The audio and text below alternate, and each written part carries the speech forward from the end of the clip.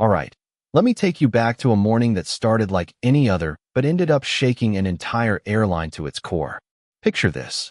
I'm at gate C9, Horizon Air, waiting to board flight 312, my 6-month-old daughter, Lila, snoozing against my shoulder, her tiny hand curled around my finger like she's holding on for dear life.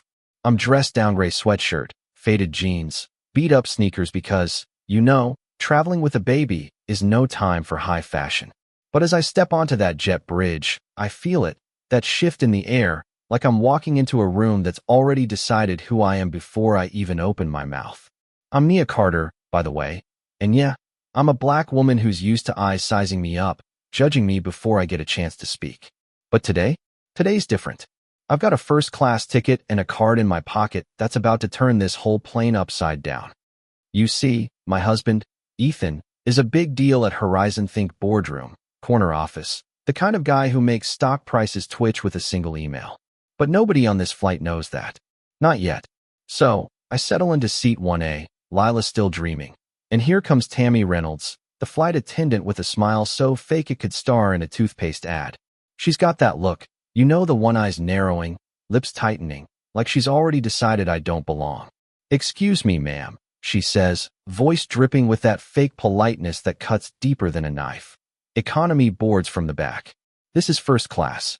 I don't even blink. I pull out my boarding pass, gold trim, first class, unmistakable, and then, real slow, I slide out the card. It's sleek, black, the kind of thing that looks like it could buy a small country.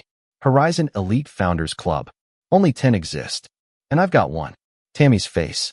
Oh, it's a masterpiece of disbelief. This has to be fake," she stammers, flipping the card over like she's hoping it'll turn into a library card. "I've never seen one of these." Of course she hasn't.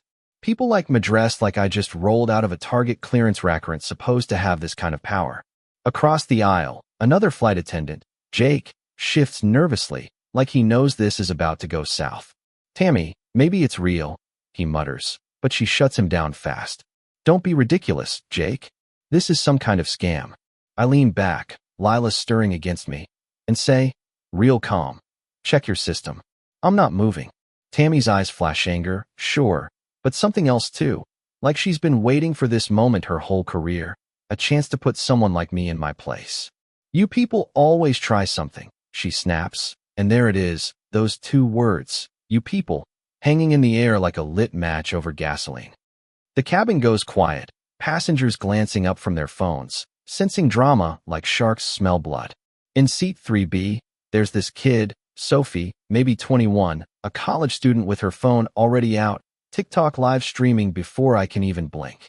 "Y'all, this flight attendant's giving major Karen vibes," she whispers to her audience, and I swear I see her viewer count jump from 200 to 500 in seconds. Comments flood in, film everything. "What airline?" Typical. Sophie's not just watching, she's documenting. And that's about to change everything. Tammy's not done. She's on her earpiece, calling for security, voice sharp enough to cut glass. "Non-compliant passenger in first class. Gate C9. Now." Jake's looking like he wants to disappear into the galley, gripping a coffee pot like it's his lifeline. He's seen this before. I can tell Tammy's got a history, and he's been too scared to call it out. I'm not scared, though. My thumb's already on my phone, firing off a text to Ethan. One sentence. That's all it takes. Then Captain Mike Thornton steps out of the cockpit, all 4 stripes and swagger, like he's about to solve world peace. "What's the problem, Tammy?" he asks, and she's practically glowing with relief. "This woman's got a fake card. Won't leave 1A, she says, pointing at me like I'm a shoplifter caught red-handed. Mike looks me over sweatshirt, baby, brown skin, and I see his shoulders set, like he's already made up his mind. "Ma'am, you need to come with me. We'll sort this out at the gate." I don't move. I don't raise my voice. I just say, "No, we're sorting this out right here, right now, with everyone watching." Sophie's eyes go wide, her phone shaking a little. "Oh snap, y'all, she's not backing down," she says to her stream, now at 3,000 viewers and climbing. The air's electric, like we're all holding our breath, waiting for the next move. That's when Tammy loses it. Her hand comes up, fast, and before I can turn, it connects crack right across my face. This sounds like a gunshot, and Lila wakes up screaming. That raw, Terrified wail that rips your heart out. Blood drips from my lip onto her onesie, and I hold her tight, my heart pounding but my face calm, because I knew this was coming. I've been tracking Tammy for months. Her name's on 19 complaints, all from passengers who look like me, all dismissed by Mike's signature. This wasn't random. I walked onto this plane to catch a predator. I hit FaceTime, and Ethan's face fills my screen, his jaw tight, the Chicago skyline sharp behind him. "Mia, you okay?" I saw the alert. He says, voice low, controlled, but I know that tone he's furious. Tammy's hand freezes midair, like she's just realized she's stepped into a trap. Mike steps forward, all bluster. "Ma'am, end that call. We have procedures." But Ethan's voice cuts through like a blade. "Captain Thornton, employee 52,913, 20 years flying, and you can't tell when your crew's assaulting my wife." The cabin gasps. Sophie's stream hits 15,000, comments exploding. "No way, that's her husband? This is wild." Jake drops a coffee mug, brown liquid pooling like the mess Tammy's just made of her career. "Ethan's not done. Check the cabin cameras, section 1A, last 20 minutes. Do it now." Mike fumbles with his tablet, and there it issued proof of Tammy's hand meeting my face. Lila's cries, my blood. No denying it.